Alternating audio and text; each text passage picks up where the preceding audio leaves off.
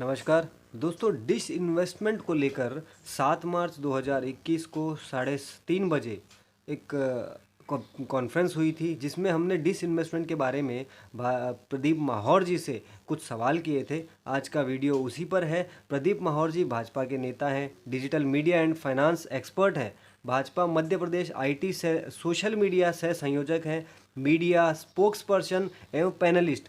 Twitter पर प्रदीप माहौर जी माननीय प्रधानमंत्री नरेंद्र मोदी जी, पीयूष गोयल जी, स्मृति ईरानी जी, स्पीकर ओम बिरला जी द्वारा फॉलो किए जाते हैं। उत्तर प्रदेश विधानसभा 2017 की आईटी पृष्ठभूमि तैयार करने में भी इन्होंने मुख्य भूमिका निभाई थी। आईआईएम लखनऊ से एक्सक्लूसिव मैनेजमेंट सर्टिफिकेशन इन्होंने किया हुआ है। एमबीए फाइनेंस एवं मार्केटिंग में स्पेशलाइजेशन है। आज हम इनसे डिस इन्वेस्टमेंट के बारे में जानेंगे, जिसे बार बार ये प्रचारित किया जाता है कि देश बेचा जा रहा है या देश की कंपनियां बेची जा रही हैं। तो हम इनसे कुछ सवाल करके इस डिस इन्वेस्टमेंट को ठीक से समझेंगे। आइए देखते हैं वीडियो। नमस्कार। प्रशासक समिति के पहले तो मैं आपका हार्दिक स्वागत करता हूं प्रशासक समिति की तरफ से। हमारे साथ जुड़े हुए हैं प्रदीप माहौर जी, जो भाजपा के नेता नमस्कार। हैं, digital media and finance expert हैं, Bhajpa Madhya Pradesh IT social media सह संयोजक हैं, media spokes person and panelist. यानी बहुत बड़ा इनका इंट्रोडक्शन है, मैंने शॉर्ट में आप सब तक पहुंचाया। आज हम यहाँ प्रशासक समिति के माध्यम से लोगों तक जो ये डिस इन्वेस्टमेंट, जिसको कि आजकल बाहर लोग बेच रहे हैं, कि बोल रहे हैं कि देश बेचा जा रहा है, देश को बेच रहे हैं, देश की कंपनियां बेच रहे हैं, इस तरीके से फैलाया जा रहा है। हम उस पर प्रदीप माहौर जी से कुछ सवाल पूछेंगे और प्रदीप माहौर जी उसके बारे में हमें बिल्कुल निष्पक्ष रूप से जानकारी प्रदान करेंगे, ताकि जो साधारण जनता के मन में कुछ सवाल उससे संबंधित हैं, उन सवालों का सही सही जवाब उन्हें मिल सके और वो ये समझ सके कि सरकार जो कर रही है वो सही कर रही है या गलत कर रही है। क्योंकि सरकार तो डिसइन्वेस्टमेंट कर रही है, लेकिन उसको फैलाया जा रहा है कि सरकार देश बेच रही है। तो क्या सही है क्या गलत है, ये जब प्रदीप माहौर जी से हम सवाल करेंगे और जब प्रदीप जी उनका बिल्कुल तर्कपूर्ण जवाब देंगे, तब हमें बहुत ही आसानी से ये चीज समझ आ जाएगी कि सरकार सही कर रही है या गलत कर रही है। प्रदीप जी, एक बार तो आप ये जो डिसइन्वेस्टमेंट हो रहा है, जो सरकार भाजपा सरकार अभी कर रही है, और जो विपक्ष या कुछ भी कह लें, ये लोग इसका विरोध कर रहे हैं कि सरकार देश बेच रही है, इस पे आप थोड़ा सा अपना जानकारी दे दीजिए, ताकि लोगों को ये विषय समझ में आ जाए कि ये क्या विषय है, किस चीज पर हम बात करने जा रहे हैं। बिल्कुल ठीक है मनीष जी। सबसे पहले तो ये जो शब्द है कि देश बेच रही है, ये शब्द अपने आप में एक आईवॉश की तरह हम इसको ले सकते हैं। आईवॉश क्या होता है कि एक प्रकार की एक ह्यूमर फैलाई जाती है, जो लोगों के दिमाग में एक शब्द डाल दिया जाता है, जिससे कि लोगों को ऐसा महसूस होता है कि कुछ ना कुछ बहुत गलत हो रहा है। जबकि डिसइन्वेस्टमेंट के अगर हम पूरे के पूरे प्रोसीजर को देखें, तो ये जो कॉन्सेप्ट था 1980 से पहले का था, जिस समय पे प्राइवेट इन्वेस्टर्स जो थे वो इतने एक्टिव नहीं थे। उस समय पे रशिया से ये कॉन्सेप्ट आया कि सरकार को फैक्ट्रियां लगानी चाहिए और ऐसे उद्यम और उद्योग लगाने चाहिए, जिससे कि मैन्युफैक्चरिंग हो पाए और प्रोडक्शन हो पाए, साथ में लोगों को रोजगार मिल पाए। थोड़े दिनों बाद हमने देखा कि रशियन जो मार्केट था वो खुद में ही वो इस तरह से शैटर्ड हो गया, वहां पे जो उनकी पॉलिसीज थी वो खत्म हो गई। और उसको देखते हुए जितने भी कम्युनिस्ट कंट्रीज थी, उन्होंने खुद भी इससे पल्ला झाड़ दिया और वो खुद व्यापार लगाने की जगह, जो सरकार का मुख्य कार्य है वो है एडमिनिस्ट्रेशन, व्यापार को बढ़ावा देना, रोजगार के लिए अपॉर्चुनिटीज पैदा करना, इंफ्रास्ट्रक्चर का निर्माण करना। इंफ्रास्ट्रक्चर में आ गया जैसे रोड हो गया, बिजली हो गया, पानी हो गया, इन चीजों का निर्माण करना, जिससे कि जनता को सहूलियत हो, जनता आराम से अपने देश के अंदर रह पाए। और दूसरा उनका काम होता है कि जो जितने भी व्यापारी हैं, जितने भी बिजनेसमैन हैं, क्योंकि वो एक सोर्स होता है रोजगार का, उनको बढ़ावा दिया जाए, जिससे कि वहां पे रोजगार के अवसर मिले और देश की प्रगति हो। क्योंकि टैक्स कलेक्शन जितना भी देखेंगे, जब तक बिजनेस व्यापार आपके यहाँ नहीं चलेगा तब तक टैक्स कलेक्शन नहीं होगा। तो टैक्स कलेक्शन के लिए व्यापार को बढ़ना बहुत आवश्यक है, और व्यापार बढ़ाने के लिए सरकार सपोर्ट कर सकती है। स्वयं व्यापारी बनकर सरकार आ जाए वो गलत है। ये पॉलिसी जब आई तो उसके बाद ये क्लियर हो गया था कि जितनी भी पीएसयूज हैं इनका डिसइन्वेस्टमेंट किया जाए। डिसइन्वेस्टमेंट का तरीके बहुत सारे हो सकते हैं। जैसे कि एक छोटा सा तरीका उन्होंने अपनाया कि पब्लिक ऑफर निकालिया जाए, आईपीओ, यानी शेयर मार्केट में उसके शेयर निकालिए जाए। तो शेयर मार्केट में अगर हम शेयर निकालते हैं किसी भी कंपनी के, तो उसमें उससे दो लाभ होते हैं। पहली चीज तो अगर वो शेयर एक बुक बिल्डिंग इशू है, यानी कि उसके अंदर पैसा जो है वो कंपनी के अंदर आएगा, जिस कंपनी के शेयर निकाले गए हैं, तो वो कंपनी को लिक्विडिटी प्रदान करता है, यानी धन प्रदान करता है, जिससे कि कंपनी का विस्तार हो पाता है। और दूसरा, अगर गवर्नमेंट को इंफ्रास्ट्रक्चर डेवलपमेंट के लिए उसमें से कुछ जरूरत है, तो वो उस मनी को, क्योंकि ओनर्स मनी है, वो ओनर्स मनी गवर्नमेंट अपने पास रख सकती है, और कुछ अमाउंट जो है गवर्नमेंट लेके रोड के डेवलपमेंट में, एनर्जी के डेवलपमेंट में, दूसरी फैक्ट्रियों के विकास के लिए जो लोन देने हैं बैंकों को, बैंकों में डिपॉजिट कर सकती है। बहुत सारे अलग तरीके हो सकते हैं जिससे कि इसका उपयोग किया जा सकता है राष्ट्र निर्माण में। तो जो डेट इन्वेस्टमेंट है, जो ऐसा इन्वेस्टमेंट है जो कि अभी प्रोडक्टिव नहीं है, उस अनप्रोडक्टिव इन्वेस्टमेंट को प्रोडक्टिव तरीके से लगाना, यही सरकार का काम है, और जो सरकार करने की कोशिश भी कर रही है। और ये आज से ही नहीं चल रहा है, ये जब इस समय पे कांग्रेस की सरकार थी उस समय भी पी चिदम्बरम जी के पुराने जितने भी अगर हम बयान देखें तो उनके अंदर उन्होंने बोला हुआ है कि डिसइन्वेस्टमेंट की हमको स्पीड बढ़ानी चाहिए, जिससे ज्यादा पैसा आए और उस पैसे का हम जनता की भलाई के लिए, रोजगार के अवसर पैदा करने के लिए, जितना भी अपना कॉर्पोरेट जगत है उसके आगे उसको बढ़ाया जाए, नए उद्योग लगे, नए धंधे खोले जाएं, इस प्रकार की चीजें करने के लिए भारत में उपयोग कर सकते हैं। इसको एक गलत शब्द देके देश बेचा जा रहा है, ऐसा करके एडवर्टाइज किया जा रहा है। और आज का हमारा जो कॉन्फ्रेंस जो हम लोग कर रहे हैं, इसका लक्ष्य भी यही है कि इसको समझने की कोशिश करें कि किस तरह से हमारे लिए लाभदायक है, किस तरह से हमारे देश के विकास के लिए ये एक नया अवसर है जिसमें अवसर खोजे जा रहे हैं, और किस प्रकार से इलेजिटिमेट कंपटीशन, आगे आपके जो प्रश्न आएंगे उसके अंदर मैं एक्सप्लेन करूंगा, इलेजिटिमेट कंपटीशन जो है वो मार्केट से हटाया जा सके। तो प्रश्न के लिए हम पहले अपने लादूलाल जी ने हाथ खड़ा किया है, हम उनसे एक प्रश्न ले लेते हैं। लादूलाल जी एक कंपनी, ट्रांसपोर्ट कंपनी है, उसमें काम करते हैं मैनेजर की पोस्ट पे। उनसे हम एक सवाल ले लेते हैं, उनको अनम्यूट मैं कर रहा हूँ। हाँ लादू जी, आप अपना सवाल रखिए। जय श्री राम जी। जय श्री राम, बोलिए। मेरा सवाल यह है कि ट्रांसपोर्टिंग लाइन में रेलवे जो है बहुत अहम भूमिका निभाता है ट्रांसपोर्टिंग की। यदि रेलवे को मतलब बेच दिया गया, या जैसे जो कहा जा रहा है, हाँ, डिसइन्वेस्टमेंट कर दिया गया, तो ट्रांसपोर्टिंग की जो सबसे सस्ती सुविधा है वो खत्म हो जाएगी। बहुत बहुत धन्यवाद दादूराम जी, आपने बहुत अच्छा सवाल किया है। और रेलवे खत्म हो जाएगी ऐसा, जो अभी मैंने कई जगह पे सोशल मीडिया पे भी देखा कि रेलवे को अगर बेच दिया गया तो रेलवे का क्या होगा, सबसे सस्ती सुविधा जो दी जा रही है उसको खत्म हो जाएगी और बड़ा नुकसान हो जाएगा राष्ट्र का, और बहुत सारी चीजें हैं। सबसे पहले हमको समझना पड़ेगा कि भारत की जो रेलवे है वो विश्व की सबसे बड़ी रेलवे है, विश्व का सबसे बड़ा रेलवे नेटवर्क है। लेकिन नेटवर्क सबसे बड़ा होने के बाद भी टेक्नोलॉजिकली आज हम रेलवे में बहुत पीछे हैं। आज हमको अगर मेट्रो रेल लगाने की आवश्यकता पड़ती है तो मेट्रो रेल लगाने के लिए हम बाहर से टेक्नोलॉजी को बाई कर रहे हैं, जबकि मेट्रो रेल प्रोजेक्ट अपने आप में ही करीब करीब देखा जाए तो जो विकसित देश हैं उसमें 10 साल पुराना हो चुका है। तो इतने सालों तक रेलवे का इतना बड़ा नेटवर्क होने के बाद भी हम उसका इतना तेजी से विकास क्यों नहीं कर पाए? क्योंकि हमने क्या किया, किसी और दूसरे कंपटीशन को पनपने नहीं दिया। हमने क्या किया, सिर्फ एक रेलवे खड़ा कर दिया, और हमने कहा पूरे के पूरे देश के अंदर रेलवे जो है ये सरकार ये नेटवर्क चलाएगी और यही सारा काम करेगा। तो जब भी कभी एक चीज आप इसको समझ लीजिए कि जब भी कभी किसी चीज का प्राइवेटाइजेशन होता है, किसी चीज में कंपटीशन बढ़ता है, तो उससे कभी भी जनता को नुकसान नहीं होता है। जैसे कि हम एक एग्जांपल लेते हैं, इंडियन एयरलाइंस जो है, इंडियन एयरलाइंस में सबसे पहले एक ही अपने इंडियन एयरलाइंस ही हुआ करती थी, उसके अलावा तो और कुछ हुआ नहीं करता था।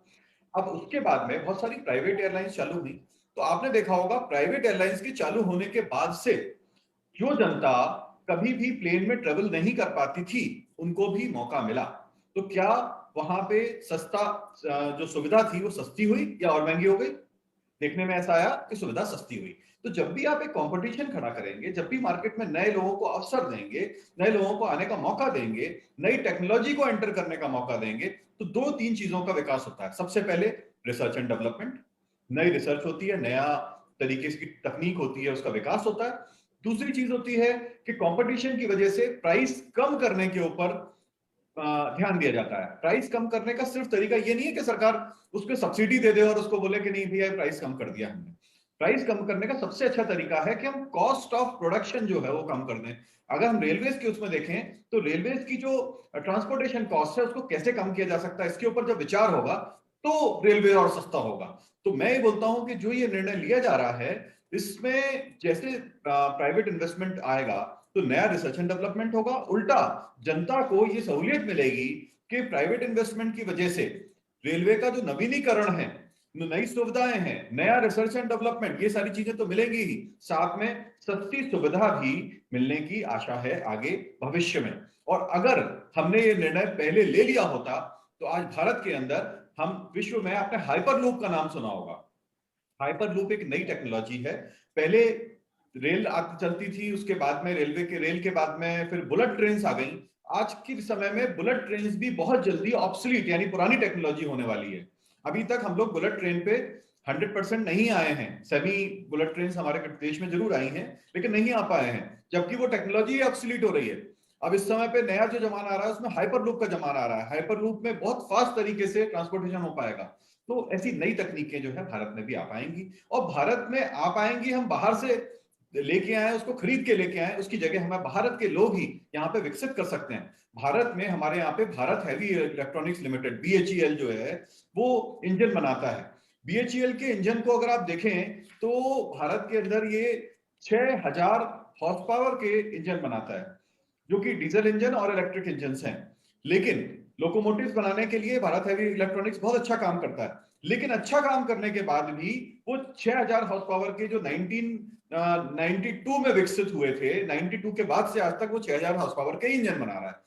दुनिया कहां से कहां पहुंच गई और वो वहीं की वहीं है। नया हवा आने दीजिए, नए लोगों को एंटर होने दीजिए, नया पैसा आने दीजिए इसके अंदर, जिससे कि नई अपॉर्चुनिटी का विकास हो। ऐसा ही मेरा विचार है इसमें। गोपाल जी बोलिए। जी, विनिवेश से क्या लाभ है और क्या विनिवेश से सरकारी नौकरी जाने की संभावना है? ये छोटा सा प्रश्न है मेरा। सरकारी नौकरी। अच्छा, सरकारी नौकरी जाने की संभावना है, ऐसा आपको लगता है?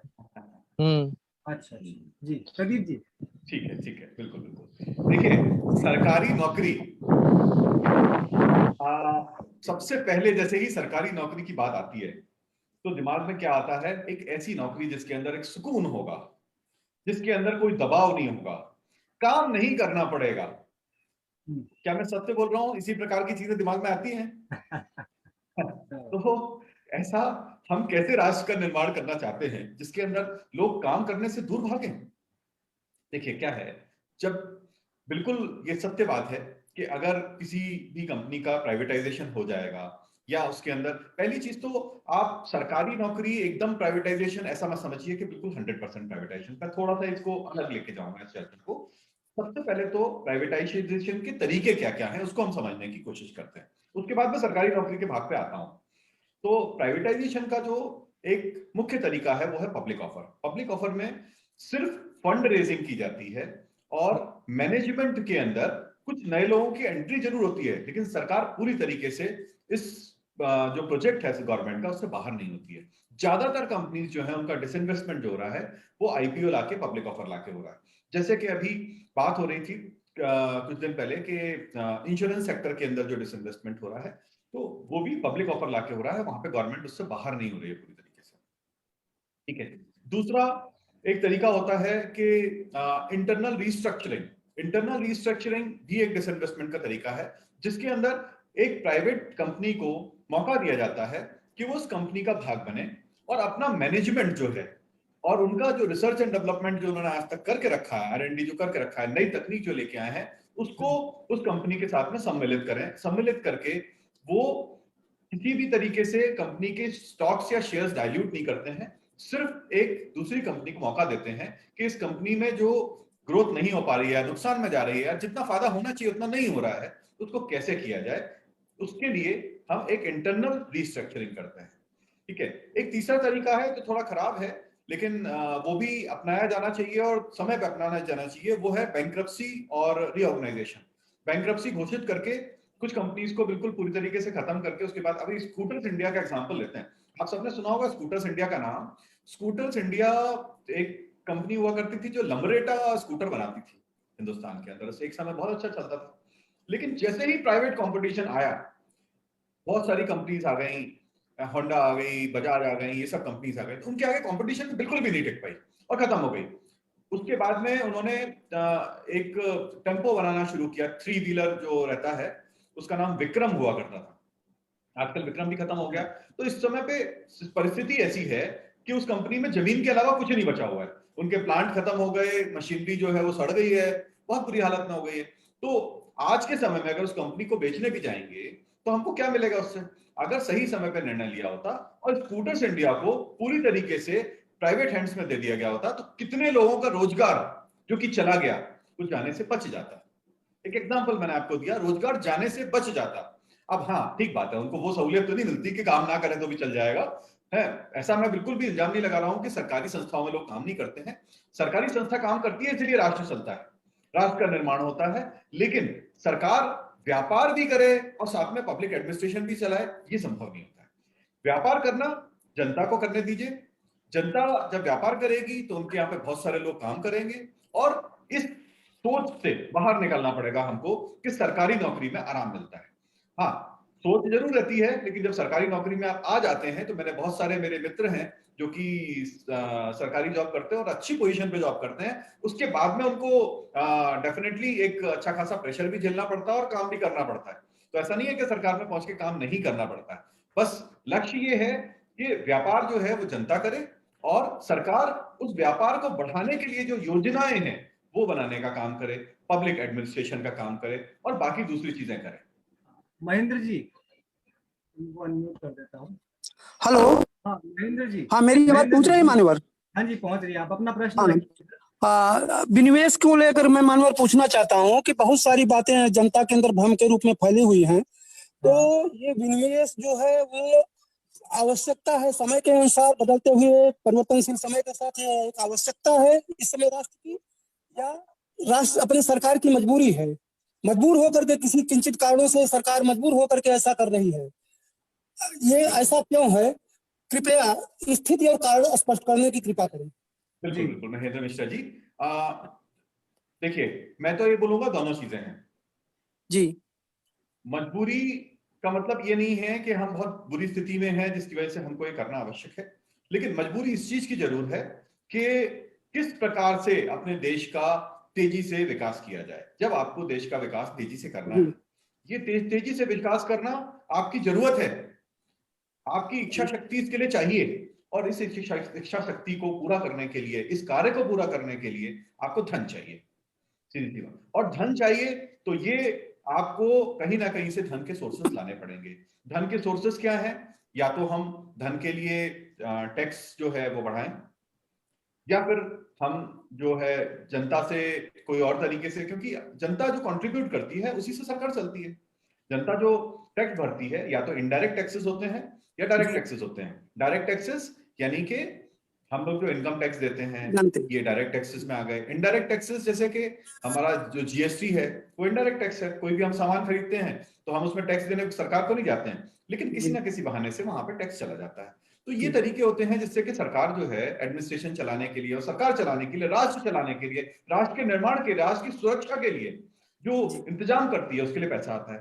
अब ये पैसा तो हर साल एक लिमिटेड ही आ रहा है, अगर हमको तेजी से निर्माण करना है तो उसके लिए ज्यादा पैसा चाहिए होगा, और जो ज्यादा पैसा चाहिए होगा तो उसके लिए हमको क्या करना पड़ेगा? जो डेड इन्वेस्टमेंट है, एक ऐसे इन्वेस्टमेंट है जिनसे हमको कोई भी प्रोडक्टिविटी नहीं हो रही है।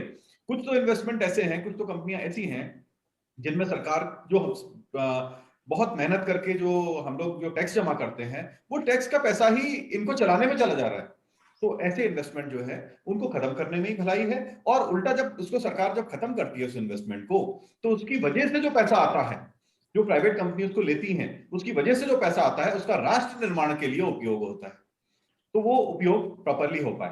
तो मजबूरी उस सेंस में जैसा बताया जा रहा है, सोशल मीडिया पे चल रहा है, वैसी मजबूरी नहीं है कि सरकार कह है कि अगर नहीं लेगी तो बहुत मुसीबत में आ जाएगा, ऐसा कुछ भी है, ऐसा कुछ भी नहीं है। हाँ, राष्ट्र निर्माण हमारी जरूरत भी है और हमारी अभिलाषा भी है और हमारी आकांक्षा भी है, उसको पूरा करने के लिए बिल्कुल मजबूरी है। यहाँ मैं एक चीज पूछना चाहूंगा मान्यवर एक भ्रामक स्थिति जनता के अंदर बनी हुई है।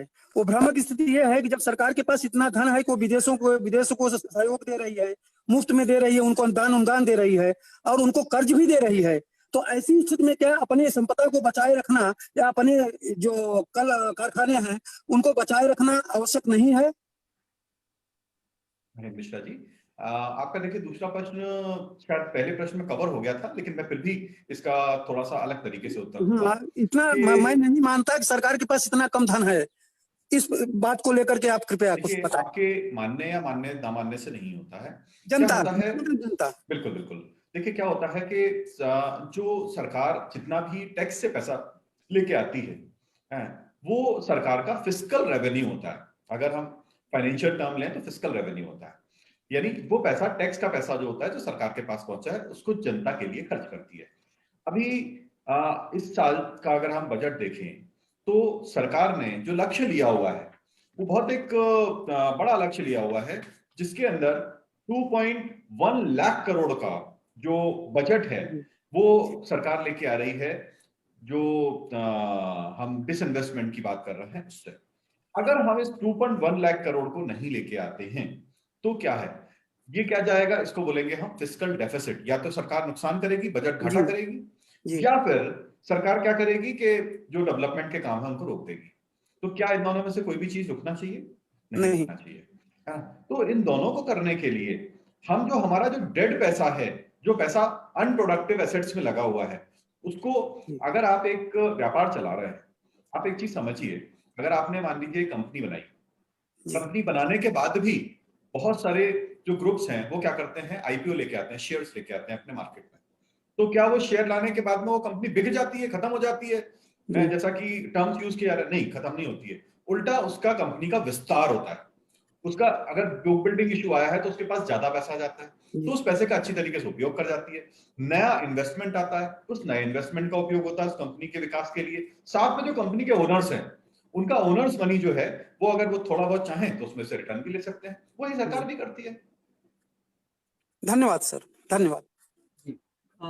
वेदांत जी अनम्यूट कीजिए। वेदांत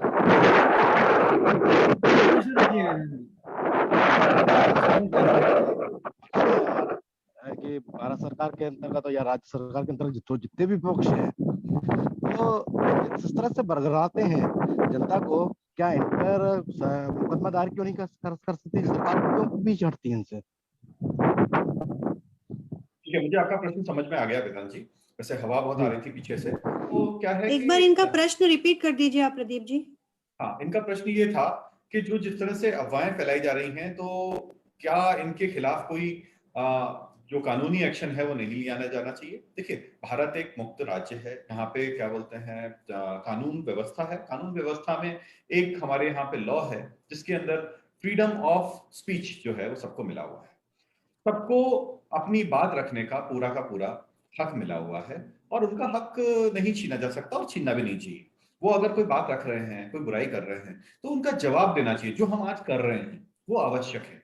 कानूनी कार्रवाई उनके खिलाफ करना, उन्होंने जिस समय पे कांग्रेस का राज हुआ करता था उस समय पे अगर आप पी चिदंबरम जी के बयान देखें तो वो ये बोलते हैं कि डिसइन्वेस्टमेंट की स्पीड जो है वो और तेजी से बढ़ाई जानी चाहिए।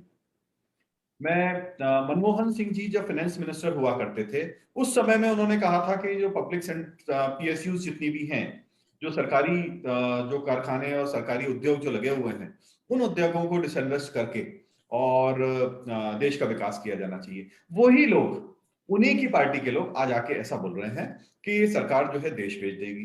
तो ये समझ में आता है कि वो सिर्फ इसलिए कर रहे हैं बुराई क्योंकि उनको बुराई करना है। उनका लक्ष्य जो है वो देश का विकास करना, देश की भलाई करना वो नहीं है।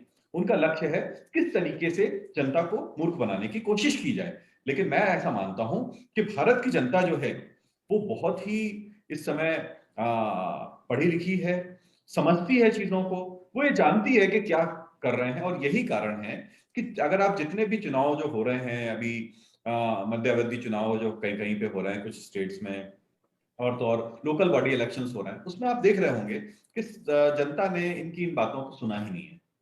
तो जनता समझदार है, लेकिन हमारा जो लक्ष्य और हमारा जो फर्ज है वो ये है कि हम जनता को सच्चाई सामने लेके आए, और वही हम आज करने का प्रयास कर रहे हैं। एक प्रश्न इस पे लाइव पे आया है राजेश राणा जी का। वो लिखते हैं कि यदि सरकार सरकारी कंपनियों को प्राइवेट हाथों में देती है तो क्या प्राइवेट कंपनी नीति निर्धारण करने वाली नहीं बन जाएंगी, ऐसा उनका पूछना है।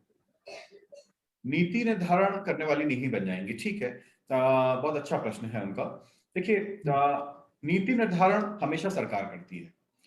जो भी हमारे प्राइवेट कंपनियां हैं उनके लिए भी जो हमारी पॉलिसीज डिसाइड होती हैं सरकार की, वो हमेशा सरकार करती है और आगे भी सरकार करती रहेगी। कभी भी राष्ट्र की नीति का निर्धारण जो है प्राइवेट नहीं कर पाएंगे। आप किसी भी क्षेत्र में देख लीजिए जहां पे सरकारी उपक्रम नहीं लगे हुए हैं, जहां पे ये पीएसयूज नहीं है, तो वहां पे क्या नीति निर्धारण जो है वो प्राइवेट हैंड्स में आ गया?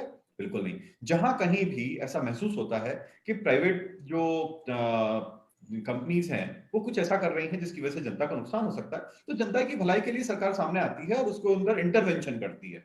और उस इंटरवेंशन जो है वो सरकार का हक है, वो आज भी है और कल भी रहेगा।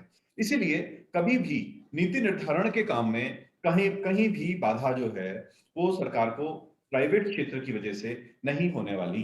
एक ये प्रश्न आपने जब किया है तो मैं थोड़ा सा एक कम्युनिस्ट जो सोच है उसके ऊपर मैं आता हूं। एक कम्युनिस्ट सोच जो शुरू से है वो यही सोच थी कि देश के अंदर जितना भी उद्योग है वो सारा का सारा सरकार को चलाना चाहिए, और देश की जनता जो है वो सरकार के यहाँ पे नौकरी करना चाहिए। ये एक स्ट्रक्चर बनाया हुआ था जो कि रशिया से स्टार्ट हुआ, रशिया से शुरुआत हुई उस स्ट्रक्चर की, और वो चाइना तक पहुंचा। चाइना ने भी इसी स्ट्रक्चर को फॉलो किया। लेकिन अभी अगर ये जो भारत के अंदर जितने भी कम्युनिस्ट लोग हैं ये आज भी इसी विचार को बात करते हैं, तो उनसे भी मैं ये बोलना चाहता हूं कि आप लोग जो इस प्रकार की बातें करते हो, आप कम से कम जो कम्युनिस्ट राष्ट्र हैं उनको तो सोचो। उन्होंने क्या किया? 1980 में चाइना के अंदर मार्केट लिबरलाइजेशन चालू हुआ। देखिए, चाइना के मॉडल को मैं ऐसा नहीं बोलता हूं कि भारत में उतारना चाहिए, लेकिन अगर किसी ने भी कुछ अच्छा किया तो उससे सीखना जरूर चाहिए। अगर चाइना का हम इतना तो मानेंगे कि उन्होंने विश्व के अंदर एक विश्व की फैक्ट्री बना के तैयार कर दिया चाइना को, उसकी वजह से उनके लोगों को फायदा भी हुआ कहीं ना कहीं। जहां 60 साल तक हमारे यहाँ पे क्या होता रहा और वो सबको सर्वविदित है, मैं बुराई भलाई पे नहीं आऊंगा, लेकिन जो फैक्ट्स हैं उसकी बात करूंगा। 1980 में चाइना में जब मार्केट लिबरलाइजेशन स्टार्ट हुआ, उसके बाद से 1998 यानी 18 साल के अंदर अंदर 70% वहां पे स्टेट ओन्ड एंटरप्राइज बोलते हैं, हमारे यहाँ पे पीएसयूज बोलते हैं, उनके यहाँ पे स्टेट ओन्ड एंटरप्राइज SOE बोलते हैं उनके यहाँ पे। तो स्टेट ओन्ड एंटरप्राइजेस जितनी भी हैं, क्योंकि उनके यहाँ पे डेमोक्रेटिक गवर्नमेंट नहीं है, तो स्टेट ओन्ड एंटरप्राइजेस हैं वो 70% जो स्टेट ओन्ड एंटरप्राइजेस हैं वो उन्होंने प्राइवेटाइज कर दी और प्राइवेट हैंड्स में उन्होंने दे दिया। सन 2002 तक चाइना के अंदर 86% स्टेट ओन्ड एंटरप्राइजेस जो हैं, जो सरकारी, जिसको हम पीएसयू बोलते हैं भारत में, वो है उन्होंने 86% जो है उनको प्राइवेटाइज कर दिया। चाइना में 1980 से 2001 में अगर हम देखेंगे तो 1980 में 1,18,000 उनके पास में SOE हुआ करती थी, स्टेट ओन्ड एंटरप्राइजेस हुआ करती थी, ऐसी कंपनी हुआ करती थी जिसको कि वहां की सरकार चलाती थी। और 2001 में 47,000 ही रह गई जिसके अंदर सरकार का कुछ ना कुछ स्टेक था। ये भी पूरी तरीके से सरकार की नहीं थी, इसके अंदर सरकार का कुछ ना कुछ शेयर बचा हुआ था। ऐसी कंपनियां सिर्फ 47,000 रह गई, जो कि आज के समय में उन्होंने और भी इसको घटाया है। यानी चाइना जैसी कंट्री जो कि अपने आप को कम्युनिस्ट बोलती है, लेकिन उनके यहाँ की जो सरकार है वो पूरी तरीके से कैपिटलिस्ट सिस्टम जो है वो उसको ही चलाने के ऊपर वो करती है। सिर्फ उनका कम्युनिस्ट का इतना ही है कि उनके एक ही पार्टी जो है वो रूल करेगी, जनता जो है इलेक्शन में पार्टिसिपेट नहीं करेगी। इसके अलावा उनका जो कम्युनिस्ट आवरण था उन्होंने पूरी तरह से निकाल के फेंक दिया। और उसका फायदा उनको क्या हुआ कि वो आज वर्ल्ड की फैक्ट्री बनने के लिए आगे आए, और विश्व जो है का बहुत बड़ा प्रोडक्शन जो है वो चाइना के अंदर अभी हो रहा है। अब अगर इसी प्रकार की नीतियां 60 साल से भारत की रही होती तो एशिया के अंदर जो प्रोडक्शन है वो एक समय में भारत का भी बहुत अच्छा हुआ करता था। उस समय जब चाइना का स्टेक और हमारा स्टेक करीब करीब इस जो इंडस्ट्रियल बेल्ट है इसके अंदर बहुत अच्छा था। अब धीमे धीमे क्या हुआ कि ये बैलेंस जो है वो चाइना की तरफ जाने लगा, हम कहीं ना कहीं प्रोडक्शन के अंदर पिछड़ गए। हमारा जो IT क्षेत्र है उसके अंदर बहुत अच्छा काम हुआ, उसकी वजह से हमने जो लीप ली उससे क्या है देश के अंदर बहुत काफी लोगों को जॉब मिले, रोजगार मिले और बहुत हुआ, लेकिन प्रोडक्शन में हम कहीं ना कहीं चाइना से आज पीछे हैं। और उसका कारण यही है कि हमने ये जो विचार आज किया है, आज देश का इंफ्रास्ट्रक्चर का विकास, आप एक सोचिए कि भारत जैसा देश, इतना बड़ा देश है, इतने सारे लोग रहते हैं, विश्व की सबसे बड़ी डेमोक्रेसी है, उसके अंदर हमारी सरकार को आज टॉयलेट बनाने के लिए एक अभियान चलाना पड़ा, शौचालय बनाने के लिए अभियान चलाना पड़ा। कितना शर्म की बात है कि 60 साल बाद कोई सरकार आई जिसने शौचालय बनाने के लिए भारत के अंदर एक पूरा का पूरा कैंपेन चलाया। माननीय प्रधानमंत्री श्री नरेंद्र मोदी जी ने कैंपेन चलाया। क्यों चलाना पड़ा ये कैंपेन? क्या भारत में शौचालय 60 साल में नहीं बन सकते थे? क्या विकास की बात होती थी? जिससे पहले मैं बार देखता हूं 5 ईयर प्लान बनाए जाते थे। राजीव गांधी की सरकार में देखा जाए तो 3 बार 5 ईयर प्लान क्या था? गरीबी हटाओ। क्या गरीबी हटी?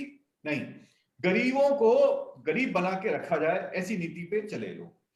जबकि मैं अभी जो नीति देख रहा हूं वो ऐसी है कि गरीबी हटाने के लिए पैसा बांटना आवश्यक नहीं है, गरीबी हटाने के लिए रोजगार देना आवश्यक है। रोजगार के लिए आप ऐसा नहीं बोल सकते कि रोजगार सरकार जो है वो नौकरियां दे दे सबको एक साथ में। अगर सरकार नौकरी दे देगी तो पैसा कहां से लेके आएगी? अगर सरकार सभी को नौकरी दे दे, जितने भी रोजगार, पैसा कहां से लाएगी? तो उसके पैसे का उत्सर्जन जो है वो कैसे होगा? उद्योगों से होगा। उद्योग कहां से आएंगे? प्राइवेट जो हमारे इन्वेस्टर्स हैं, जो फॉरेन डायरेक्ट इन्वेस्टमेंट है, जो लोकल हमारा इंडिया का जो इन्वेस्टमेंट है, उसको हमको बढ़ावा देना पड़ेगा। उसके अंदर हमको ऐसा माहौल बनाना पड़ेगा, एक ऐसा एटमॉस्फेयर बनाना पड़ेगा देश के अंदर, जिससे कि वो यहाँ पे व्यापार करने में अपने अच्छा समझें, ये भलाई समझें कि यहाँ पे भारत में व्यापार करना एक प्रॉफिटेबल बिजनेस है। उनको कहीं ना कहीं फायदा भी होगा, और उसका फायदा सिर्फ उनको नहीं होगा, उसका फायदा हमारे देश के लोगों को भी होगा। हमारे देश के जो ऐसे लोग हैं जो कि रोजगार चाहते हैं, उनको भी फायदा होगा, क्योंकि उनको नौकरियां मिलेंगी तो वो पैसा जो है, इकोनॉमी की साइकिल ऐसी चलती है, वो जो उनको सैलरी मिलेगी वो मार्केट में वापस से खर्च करेंगे, जिसकी वजह से मार्केट बढ़ेगा। तो ये पूरी की पूरी एक साइकिल है। इस साइकिल को आप जितनी फास्ट चलाते हैं, डिसइन्वेस्टमेंट भी उसी साइकिल को फास्ट करने का एक तरीका है, और उसी तरीके को सरकार अपना रही है। आज हम देखें तो जितना भी हमारा विपक्ष है, वो सरकार में कुछ भी कर लीजिए आप, उसकी उनको बुराई करनी है, उनको कुछ ना कुछ उसमें नेगेटिव निकाल के लेके आना है, जनता को बरगलाने का जो प्रयास है वो करते रहते हैं लगातार। तो हमको हमारा जो सबसे पहला जो उद्देश्य है वो ये होना चाहिए कि हम जनता के पास में सत्य पहुंचाएं, उनको बताएं कि किस प्रकार से सरकार उनकी भलाई के लिए काम कर रही है, और जनता जो है वो समझदार है, वो समझेगी, और आगे भविष्य में हमारा भारत जो है बहुत तेजी से प्रगति करेगा, ऐसी आशा मैं रखता हूं। जो सरकार की पॉलिसीज हैं, जो प्रैक्टिसेस हैं, वो बहुत अच्छी पॉलिसीज प्रैक्टिसेस हैं, और उनको सरकार आगे चलाती रहे। यहाँ पे उद्योग धंधे बढ़े, लोगों को रोजगार मिले, लोगों को सम्मान मिले, जीने का अच्छा हक मिले, अच्छी व्यवस्था हो राष्ट्र के अंदर। एक सरकार ऐसी है माननीय प्रधानमंत्री श्री नरेंद्र मोदी जी की, जो कि ऐसा सोचती है कि हर व्यक्ति के पास में अपना एक खुद का मकान होना चाहिए। तो ये 60 साल बाद ये सोच क्यों आई? 60 साल पहले से क्या इस देश में लोग नहीं रहते थे, लेकिन उससे पहले ये सोच क्यों नहीं थी? लेकिन उसके बाद भी ऐसे ऐसे तरीके निकाले जाते हैं जिससे कि किस प्रकार से सरकार की बुराई करी जाए। अगले में आनंद लोधी जी ने हाथ उठाया है। ये प्रशासक समिति के एक संचालक हैं और स्टूडेंट हैं। इनसे भी एक, आनंद जी अनम्यूट कीजिए, बोलिए अपना प्रश्न। नमस्कार सर। नमस्कार, बोलिए सर। मैं आनंद सर, मेरा प्रश्न है कि क्या पीएसयू बेचने से बेरोजगारी बढ़ेगी? बेरोजगारी, फिर ये प्रश्न तो खैर, हाँ ठीक है, कोई बात नहीं, इन्होंने प्रश्न किया है तो उसका उत्तर भी देते हैं। हाँ बिल्कुल, आपका प्रश्न मुझे अच्छे से समझ में आ गया। आप बोल रहे हैं पीएसयू को बेचने से क्या बेरोजगारी बढ़ेगी? बिल्कुल नहीं, जस्ट उल्टा होने वाला है। पीएसयू को बेचने से, देखिए पहले तो मैंने आपको जो प्रोसीजर समझाया, बेचने का तरीका ये नहीं है। पीएसयू को बेचने से हम जाते हैं तो उसमें ये डिसइन्वेस्टमेंट है, बेचना शब्द ही हटा देना चाहिए इसमें से, है ना। बेचा सिर्फ उन पीएसयू को जाता है जो पीएसयू जो हैं वो पूरी तरीके से खत्म हो जाए। जैसे मैंने स्कूटर इंडिया का एग्जांपल लिया, अब वो तो कंपनी नहीं बची, उसके अंदर क्या हो गया, जमीन बची, तो वहां पे कोई लोग हैं जिनको रोजगार मिला हुआ है? नहीं मिला हुआ है। क्यों? जमीन के ऊपर कोई रोजगार करेगा क्या? जहाँ पे कुछ फैक्ट्री नहीं लगी हुई है, खाली हो गया, पूरा मैदान हो गया, वो जितनी भी फैक्ट्रियां थी वो सब सड़ गई। तो ऐसे ही बीच में देखने को आया था, एचएमटी के साथ भी कुछ ना कुछ ऐसे ही हुआ था कि उनकी जब नीलामी हुई थी तो उसमें उनकी जो फैक्ट्रियां थी और बाकी चीजें थी वो उसमें स्क्रैप में बिकी। ठीक है, तो इस प्रकार की परिस्थितियों का निर्माण क्यों हुआ कि ये इतनी बड़ी कंपनी, आज मैंने लमरेटा का एग्जाम्पल इसलिए लिया, बहुत सारे अलग अलग एग्जाम्पल हैं। लमरेटा एक समय में भारत का सबसे अच्छा स्कूटर हुआ करता था और वहां पे कितने लोगों को रोजगार मिला हुआ था, लेकिन वो कंपनी इस वजह से नहीं खत्म हुई क्योंकि प्राइवेट हैंड्स में दिया गया, वो इस वजह से खत्म हो गई क्योंकि सही समय पे प्राइवेट हैंड्स में नहीं दिया गया। और प्राइवेट जो कंपनीज हैं उन्होंने अपने अपने प्लांट लगाए, अपनी मैन्युफैक्चरिंग शुरू करी भारत के अंदर, और जैसे कंपटीशन में आके खड़ा हुआ। देखिए, दो चीजें होती हैं, जब भी सरकार किसी भी उपक्रम को लगाती है तो उसकी वजह से दो बड़े नुकसान होते हैं। पहला नुकसान होता है इलेजिटिमेट कॉम्पिटिशन। इलेजिटिमेट कॉम्पिटिशन को अगर हम समझें तो जैसे मान लीजिए एलआईसी है फॉर एग्जांपल, एलआईसी के ऊपर लोगों का विश्वास दूसरी कंपनियों से कुछ लोगों का ज्यादा हो सकता है कि सरकारी कंपनी है भैया, बड़ा अच्छा फायदा दे सकती है। ठीक है, अब इसकी वजह से जो दूसरी कंपनियां हैं, जो प्राइवेट कंपनियां हैं जो कि इंश्योरेंस मार्केट में बेच रही हैं, वो भी कोई गुनाह तो नहीं कर रही, गलत तो नहीं कर रही हैं, उनके इंश्योरेंस के प्लान्स जो हैं वो मुझे, मैंने देखे, मेरा खुद का भी ओपिनियन हो सकता है, तो कई बार जो है वो एलआईसी से ज्यादा अच्छे हैं और उनका जो कार्य प्रणाली है और काम करने का जो तरीका है वो ज्यादा अच्छे हैं। उसको कोऑर्डिनेट करने के लिए गवर्नमेंट ने पूरे के पूरे इंश्योरेंस सेक्टर को कोऑर्डिनेट करने के लिए एक बॉडी बना के रखी हुई है। ठीक है, जो कि क्या काम करती है कि इंश्योरेंस सेक्टर में किसी ने भी इंश्योरेंस कराया है उसको अगर कुछ ऐसी हानि होती है जिसमें उसको इंश्योरेंस का उपयोग करने की आवश्यकता पड़ती है, तो उसकी हानि के समय पे उसको जो फैसिलिटी कमिट करी गई है, जो जिसके बारे में जो वादा किया गया वो पूरा किया जाए, उसके लिए सरकार ने ऑलरेडी एक ऑर्गेनाइजेशन बना के रखा हुआ है। अब इस समय पे अगर हम लगातार एक सरकारी कंपनी को बढ़ावा देते जाएंगे तो उससे क्या होगा, जो बाकी दूसरी कंपनियां हैं उनको नुकसान होगा। वहीं अगर हम इसके अंदर प्राइवेट हैंड्स की एंट्री देंगे और प्राइवेट हैंड्स को इसमें एक सहूलियत देंगे और इसका जो आईपीओ है मार्केट में लेके आएंगे, तो उससे इसको भी नया मैनेजमेंट मिलेगा और बाकी दूसरी कंपनियां जो है उनको भी बल मिलेगा। जब बाकी कंपनियों को बल मिलेगा तो इससे एक लेजिटिमेट कंपटीशन पैदा होगा, एक लेजिटिमेट कंपटीशन पैदा होगा। वो लेजिटिमेट कंपटीशन जो है वो क्या करेगा, लेजिटिमेट कंपटीशन की वजह से नए लोगों को अपॉर्चुनिटी मिलेगी। तो यहाँ पे अगर हम एक इंश्योरेंस सेक्टर की कंपनी का आईपीओ लेके आते हैं तो क्या इससे रोजगार की अपॉर्चुनिटी कम हुई या बढ़ी? बढ़ी ना। उसी प्रकार से अगर हम कुछ कंपनियां जो खत्म हो गई, जो एक इलेजिटिमेट कंपटीशन कहां हुआ था कि प्राइवेट कंपनियां जब आ गई मार्केट में, उस समय पे स्कूटर्स जो थे, जो आप जाइए मार्केट में खरीद के लेके आइए, उसके बाद भी जो लमरेटा था जो कि पुराना मॉडल था वो चेंज भी नहीं किया गया। लमरेटा के बाद में एक और भी मॉडल आया था, उनका क्या नाम था, विजय सुपर ऐसा करके कुछ, तो वो मॉडल भी मार्केट में आया और नहीं चल पाया ठीक ठाक। क्यों? क्योंकि दूसरी जो कंपनियां थी उन्होंने इतनी अच्छे स्कूटर्स बनाए, इतनी अच्छी मोटरसाइकिल बनाई, इतने अच्छे टू व्हीलर्स बनाए, इतने अच्छे थ्री व्हीलर्स बनाए कि मार्केट में ये जो सरकारी कंपनियां थी टिक ही नहीं पाई उनके आगे पे। तो इसके ना टिक पाने से लोगों को नुकसान हुआ। अगर ये सही समय पे ये मार्केट में अगर इनको इसके अंदर जो मैनेजमेंट है इसके अंदर कुछ चेंजेस किए गए होते, या इसका पब्लिक ऑफर निकाल के इसके अंदर मॉडर्नाइजेशन किया गया होता, इसके अंदर नया रिसर्च एंड डेवलपमेंट लेके आते, नए विकास की तकनीक बनाते जिससे कि नए तरीके के स्कूटर बन पाए, और या फिर इसके अंदर कहीं ना कहीं प्राइवेट हैंड्स है उनको एंट्री दी जाती, तो आज ये परिस्थिति न बन पाती और इतने लोग जो उसकी वजह से रोजगार मिल सकता था आगे वो नहीं मिल पाया। तो उस नुकसान को बचाने के लिए आज जो कार्य किया जा रहा है वो मेरे ख्याल से इससे किसी भी तरीके से रोजगार की हानि तो बिल्कुल नहीं होगी, उल्टा रोजगार बहुत ज्यादा बढ़ने की आशा जरूर है। अगला शिशुपाल जी है, मैंने हाथ, हाँ शिशुपाल जी, शिशुपाल जी अनम्यूट करके अपना सवाल रखिए। ये प्रचालक समिति के संचालक हैं राजस्थान से। जी रखिए शिशुपाल जी। नमस्कार प्रदीप जी। प्रदीप जी, मेरा सवाल ये है कि जैसे विपक्ष बरगलाने में लगा है, सरकार ने ये बेच दिया वो बेच दिया, तो इसी मामले में मेरा सवाल है कि क्या अब गोला बारूद भी प्राइवेट कंपनी बनाएगी और इससे कितना बड़ा जोखिम है? अरे अरे, बहुत बढ़िया आपने सवाल किया। बहुत अच्छा सवाल किया। मैं इनफैक्ट थोड़ा देर से इंतजार कर रहा था कि इस प्रकार का सवाल क्यों नहीं आया। देखिए, भारत सबसे बड़ा आज के समय निर्यातक है गोला बारूद और जो आर्मी इक्विपमेंट्स, इसका सबसे बड़ा निर्यातक है ये। सॉरी, सबसे बड़ा आयातक है, मतलब इंपोर्टर है ना।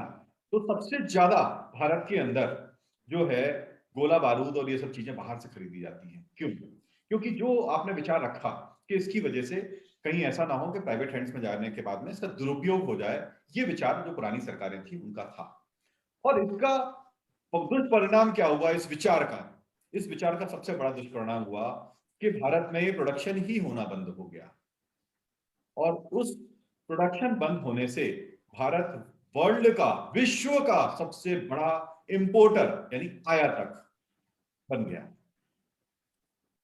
तो सरकार जो है वो लॉ एंड ऑर्डर चलाने का काम करती है।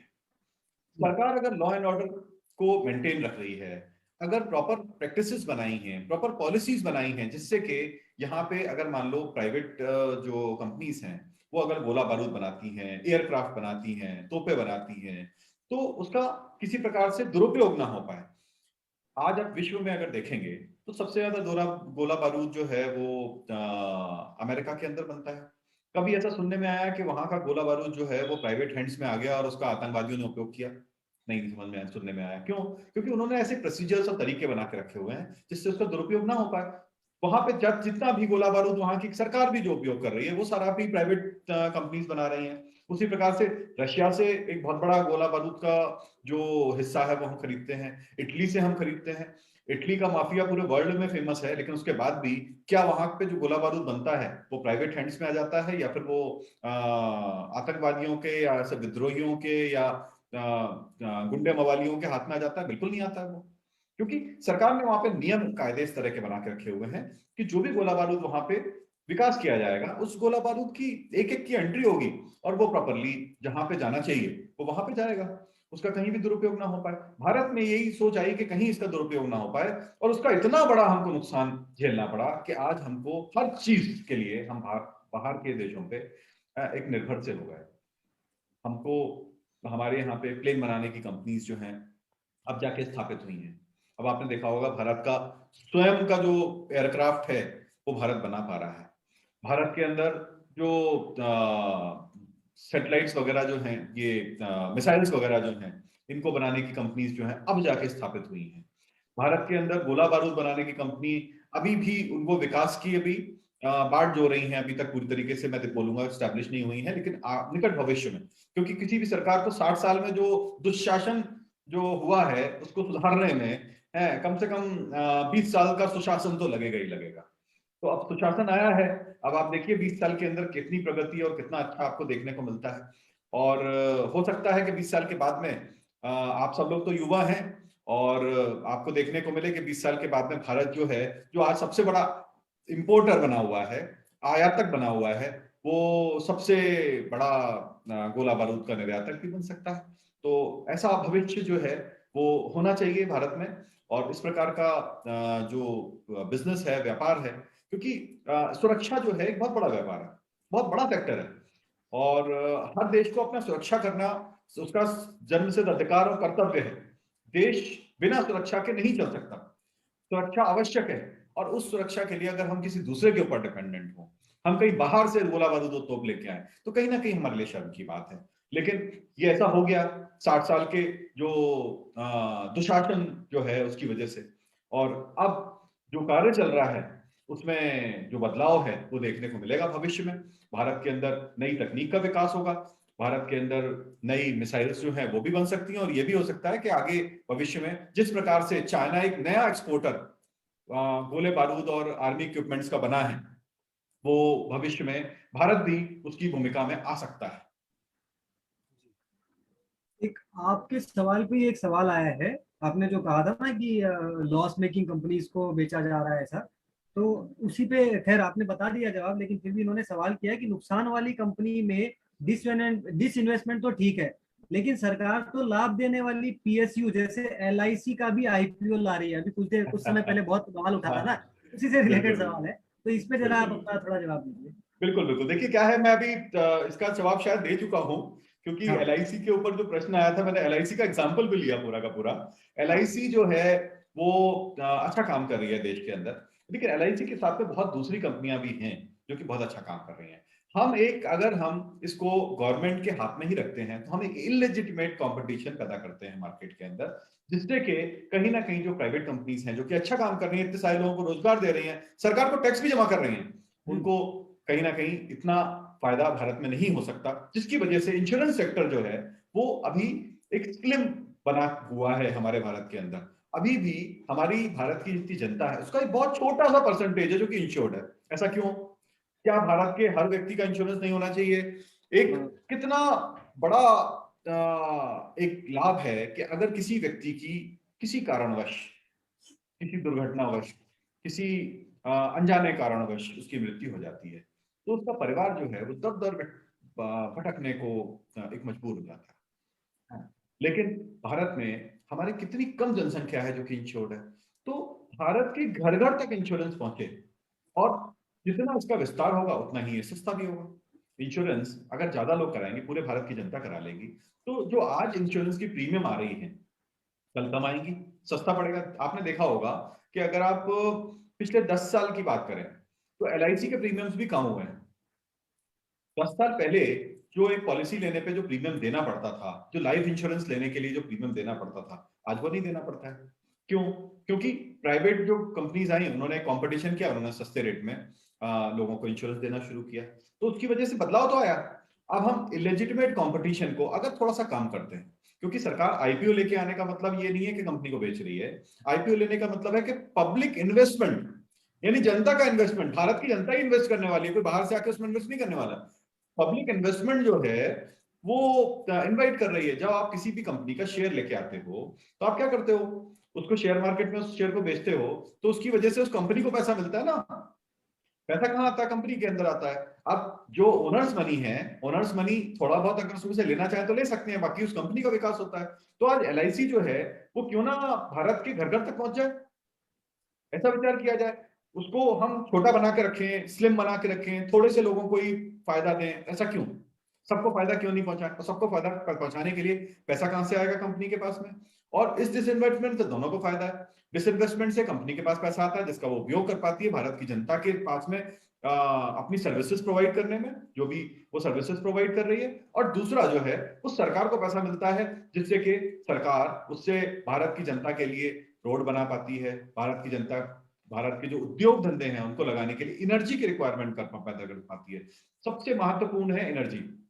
देखिए कोई भी उद्योग लगाते हैं तो उसके लिए, कल कारखाने लगाते हैं तो उसके लिए हमको सबसे बड़ी चीज की जो आवश्यकता होती है वो बिजली या जो एनर्जी है, यानी जो पेट्रोलियम से चलती है फैक्ट्री, किस चीज से चलती है उसकी। ठीक है। दूसरा होता है उसको ट्रांसपोर्टेशन, अगर हमको करना है तो उसके लिए अच्छे रोड चाहिए, उसके लिए रेलवे का एक हमको स्ट्रक्चर चाहिए। तो ये सारी सुविधाएं जो है जुटाने के लिए सरकार को एक बहुत बड़ा पैसा मिलता है, जिससे कि सारी सुविधाएं जो है वो जुटाई जा सके। और यही प्रकार का विकास जो है भारत के अंदर आगे देखने को हमको मिलेगा। कमल जी एक प्रश्न पूछना चाहते हैं। लोको पायलट है ये, राजस्थान से, प्रशासक समिति के संचालक। हाँ बोलिए कमल जी, रखिए अपना प्रश्न। नमस्कार सर जी। नमस्कार। मेरा एक सवाल है कि जैसे देश में विदेशी कंपनियों का इन्वेस्टमेंट बढ़ रहा है, उससे रोजगार तो बढ़ रहे हैं, लेकिन आने वाले दिनों में इसके क्या परिणाम होंगे? क्योंकि एक ही कंपनी आई थी केवल अंग्रेजों की, ईस्ट इंडिया, उसने देश को गुलाम बना के छोड़ दिया था। इसका क्या दुष्परिणाम होगा? आपके क्या विचार? फॉरेन इन्वेस्टमेंट से रिलेटेड। प्रदीप जी। देखिए अभी जमाना बदल चुका है। पुराना समय जो था, और अगर हम ईस्ट इंडिया कंपनी की बात करते तो ईस्ट इंडिया कंपनी सिर्फ भारत में व्यापार करने नहीं आई थी, भारत में वो तलवार से राज करने भी आई थी, और उन्होंने डे 1 से राज करना शुरू किया था। अलग अलग जो हमारे यहाँ पे छोटे छोटे जो राजा थे उनके ऊपर अटैक करके और उनका जो राज्य है वो हड़पना शुरू किया था। वो एक बहुत अलग थ्योरी थी। आज जो है एक ओपन वर्ल्ड मार्केट है। ओपन वर्ल्ड मार्केट में आप बहुत सभी देशों का एग्जाम्पल ले सकते हैं। आप इवन चाइना का भी एग्जाम्पल लीजिए। चाइना का जो डेवलपमेंट हुआ है उसमें एक बहुत बड़ा योगदान है जो वो है फॉरेन इन्वेस्टमेंट का, जो कि चाइना के अंदर आया। आज चाइना ने क्या शुरू किया, उनके पास फॉरेन इन्वेस्टमेंट आया तो वो दूसरे देशों में आके इन्वेस्टमेंट करना शुरू कर दिया। अभी मैंने चाइना का एग्जांपल लिया तो मैं इसका एक नेगेटिव एग्जांपल भी लूंगा कि जब भी आपके पास फॉरेन डायरेक्ट इन्वेस्टमेंट आता है, एफडीआई आता है, तो एफडीआई को सोच समझ के लाना सरकार का काम क्या है। अभी मैं जो थोड़े दिन पहले बात कर रहा था कि सरकार का काम है एडमिनिस्ट्रेशन को चलाना, भारत में जो भी काम हो रहा है उससे भारत की जनता को नुकसान ना हो इसका ख्याल रखना। कोई भी ऐसी कंपनी जिसके आने की वजह से भारत में नुकसान होगा, उस इन्वेस्टमेंट को रोका जा सकता है और ये सरकार के हाथ में है। तो सरकार कोई भी ऐसे इन्वेस्टमेंट को भारत में नहीं आने देती जिससे कि भारत की जनता को नुकसान हो। दूसरी चीज, जब ये इन्वेस्टमेंट भारत में आता है तो उसकी वजह से रोजगार मिलता है, रोजगार मिलके ये पैसा बाहर नहीं जाता है। इसके लिए भी हमारे पास में पॉलिसीज हैं कि जितना भी पैसा वो जनरेट करेंगे उसका एक ह्यूज परसेंटेज, एक बड़ा परसेंटेज भारत में री इन्वेस्ट करना पड़ेगा। यानी वो कंपनी जो है यहां से पैसा बाहर लेके पूरी तरीके से नहीं जा सकती। अब जो पैसा यहाँ पे इन्वेस्ट हो गया उसको री इन्वेस्टमेंट भी यहीं पे होना है। री इन्वेस्टमेंट होने के बाद में जब उस कंपनी की वजह से जो विकास होगा, उसकी वजह से जो लोगों को रोजगार मिलेगा, वो पैसा कहाँ खर्च होगा, वो भी भारत के अंदर खर्च होगा। इकोनॉमी की पूरी साइकिल जो है वो फास्ट होती है, इससे कहीं कोई ऐसा नुकसान नहीं है। हाँ, कुछ कंपनीज जो है जो नुकसान पहुंचा सकती हैं, कुछ कंपनीज ऐसी हैं, चाइना की जिस तरह की पॉलिसी रही है कि पूरे विश्व में अपनी कंपनियों से कब्जा करें, तो भारत ने अभी चाइना की कितनी सारी कंपनीज को बाहर कर दिया। चाइना के कितने सारे एप्लीकेशन थे जो भारत से बाहर हो गए, तो वो हमने वहां पे चेक किया ना। तो जो भी ऐसी कंपनीज हैं जिनकी वजह से नुकसान हो सकता है वो भारत में उनको नहीं आने दिया जाएगा, सीधी सी बात है। हाँ, लेकिन जिस कंपनी के आने की वजह से भारत को विकास होगा, भारत के अंदर लोगों को रोजगार मिलेगा, नए अपॉर्चुनिटीज मिलेंगी, नए आयाम खुलेंगे, उनको बिल्कुल आने देना चाहिए, उसमें कोई समस्या नहीं है। ओपन मार्केट है, विश्व में कोई भी आके आपकी कंट्री के अंदर बैठ के अगर रोजगार लगाता तो आपकी कंट्री पे थोड़ी कब्जा कर लेगा। ये सोच गलत है, ये सोच एकदम पुरानी सोच हो गई है। आप कभी भी भारत के अंदर जो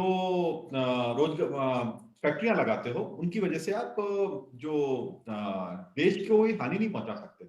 उसके लिए सरकार बैठी हुई है, सरकार का काम है एडमिनिस्ट्रेशन का, और सरकार उस चीज को देखने का काम करती है कि हमारे जनता को किसी भी प्रकार से कोई भी नुकसान ना हो।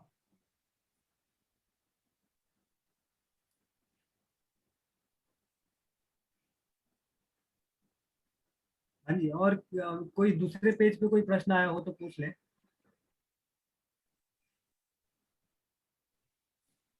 मनीष जी, मैं तो पेज देख नहीं पा रहा हूँ अभी भी, तो आप सबसे बातचीत करने में ही लगा हुआ था।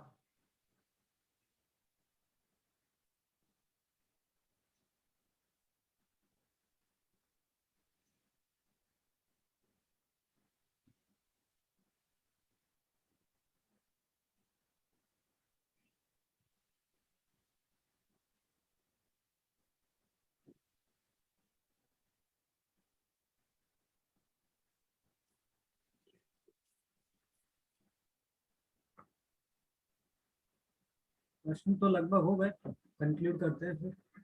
बिल्कुल। तो बहुत अच्छा लगा आप सबसे बातचीत करके, और जैसा भारत के युवा जो हैं वो हमारे साथ जुड़े आज, और उनके साथ में आप सबके साथ में प्रशासक समिति जैसा एक ऑर्गेनाइजेशन आप सब लोग मिलकर चला रहे हैं, ये एक बहुत अच्छा काम आप सब लोग कर रहे हैं। मैं मनीष जी से मेरी बात होती रहती है, डॉक्टर साहब से मेरी बात होती रहती है, बाकी सभी से मेरी बात होती रहती है आप सबसे, और मैं जिस तरह से देखता हूँ आप सब लोग जो काम कर रहे हैं बहुत अच्छा काम है। और इस प्रकार की जो कॉन्फ्रेंस आपने हम लोगों ने आज करी है, ऐसे कोई भी सब्जेक्ट आते हैं इसके ऊपर हम लोगों को करना चाहिए, जिससे कि हमारी जो सोच है वो लोगों तक पहुंचे। हमारे जो जिज्ञासाएं हैं वैसी जिज्ञासाएं और भी लोगों की होंगी, और भी व्यक्तियों की होंगी, वो सारी जिज्ञासाएं उनकी शांत हो, उनको एक पूरा जो विचार है वो उनको दिया जा सके, उनको समझ में आए कि किस प्रकार से भारत की सरकार काम कर रही है, उसमें उनका योगदान क्या होगा, वो क्या करने वाले हैं। भारत जो है एक इतना बड़ा राष्ट्र है, वर्ल्ड की सबसे बड़ी डेमोक्रेसी है, विश्व की सबसे बड़ी डेमोक्रेसी है, प्रजातंत्र है सबसे बड़ा हम उसको बोलते हैं। और इस प्रजातंत्र में जो भी पहले हो चुका है वो समय है कि उसको भुलाया जाए, लेकिन आगे जो हो रहा है इसको रोकने की जो इजाजत है वो भी किसी को ना दी जाए। जिस प्रकार के भ्रामक जो चीजें फैलाई जाती हैं, उसकी वजह से कहीं ना कहीं ये प्रयास जो है वो एक जो नया विकास की जो लहर है इसको रोकने का प्रयास किया जाता है। इसको ना रोकने दिया जाए, यही प्रशासक समिति चाहती है, और प्रशासक समिति के साथ में जुड़ा हुआ मैं भी एक सदस्य हूँ। क्या मनीष जी, मैं सदस्य हूँ ना प्रशासक समिति का? है? तो अभी क्या है कि वैसे आप सब लोग युवा हैं और मैं आप सब में काफी बुजुर्ग नजर आता हूँ। तो क्या हुआ कि एक बार मेरी बिटिया जो है उससे मेरी बात हो रही थी, तो मैंने उनको बोला कि भाई अब तो क्या है कि मैं बुजुर्ग की श्रेणी में आ गया हूँ। तो वो बोलती हैं कि राहुल गांधी जी जो हैं वो आपसे 10-15 साल उम्र में बड़े होंगे अभी, उसके बाद भी वो अभी युवा नेता कहलाते हैं, तो आप कैसे बुजुर्ग की श्रेणी में आ जाते हो? तो उस दिन से मैंने अपने को युवा बोलना शुरू कर दिया। तो आप सबके साथ में है, मैं भी अपने आप को युवा ही मान लेता हूँ, है ना? युवा ही है आप। नहीं जी, अब 40 है ना टच कर रहे हैं, तो 40 टच करने वाले हैं, तो ठीक है, आप सब लोगों से थोड़ा थोड़ा बुजुर्ग ही हैं, लेकिन ठीक है, आप मानते हैं तो धन्यवाद आपको बहुत बहुत। उम्र भले ही आपकी ज्यादा हो गई है, लेकिन उम्र के साथ साथ आपका एक्सपीरियंस भी तो बहुत है। आपके मार्गदर्शन से ही हम लोग आगे बढ़ेंगे। तो हम भले ही उम्र में आपसे कम है या आप बड़े हैं, लेकिन आप जैसे जो जितना एक्सपीरियंस आप लोगों ने लिया है, आप वो एक्सपीरियंस हम तक पहुंचाएंगे, आपका मार्गदर्शन हमको मिलेगा तो हम और तेजी से आगे बढ़ेंगे। और प्रशासक समिति की यही इच्छा है कि हम ज्यादा से ज्यादा लोगों तक पहुंच के ज्यादा से ज्यादा लोगों को जागरूक करें हर मुद्दे पे, चाहे वो राष्ट्र के प्रति हो, चाहे वो हिंदुत्व के प्रति हो। हमें लोगों को जागरूक करना है ताकि वो सत्य के साथ चले, क्योंकि आजकल आप देख रहे हैं कि सोशल मीडिया पे लगातार झूठ को फैलाना बहुत आसान हो गया है। झूठ जितनी तेजी से दुनिया घूम के आ जाता है, तब तक सच बाहर भी नहीं निकल पाता। तो उस चीज को हमें बदलना है कि झूठ दुनिया घूम रहा है तो सच को भी दुनिया घूमना पड़ेगा। सच को भी तेजी से आगे बढ़ते हुए उस झूठ को हटाना पड़ेगा। असत्य में वो जयते तो कभी नहीं हो सकता। तो ये सत्य में वो जयते जो सच है उसके साथ आगे बढ़ते हुए हम कोशिश कर रहे हैं, और आप सब लोगों का मार्गदर्शन और आप सब लोगों का सहयोग मिल रहा है, तो हम आगे बढ़ते जा रहे हैं। हो सकता है कि अभी हम बहुत पीछे हैं, लेकिन आने वाले समय में हम बहुत तेजी से आगे बढ़कर ज्यादा से ज्यादा लोगों तक पहुंच के उन्हें जागरूक करने की कोशिश करेंगे। प्रशासक समिति वर्तमान में सोशल मीडिया के लगभग हर प्लेटफॉर्म पे है, चाहे वो फेसबुक हो, इंस्टाग्राम हो, व्हाट्सएप हो, टेलीग्राम हो, ट्विटर हो, हर प्लेटफॉर्म पे है। और हर जगह हम सच के साथ ही आगे बढ़ते हैं। हमारी किसी भी जगह पे कहीं भी कोई हमारा हाथ नहीं पकड़ सकता कि हम झूठ फैला रहे हैं। हमारा हमेशा कोशिश रहता है कि हम सच को आगे बढ़ाएं और लोगों को जागरूक करें। बस आप सब लोग अपना मार्गदर्शन और सहयोग बनाए रखिएगा। बिल्कुल, बहुत बहुत धन्यवाद आप सबका जुड़ने के लिए, अपना कीमती समय देने के लिए, और आज इतने अच्छे अच्छे प्यारे प्यारे प्रश्न पूछने के लिए, और जनता तक एक जागरूकता फैलाने के लिए आप सबका बहुत बहुत धन्यवाद। सभी का धन्यवाद। मनीष जी भाई साहब का विशेष रूप से धन्यवाद।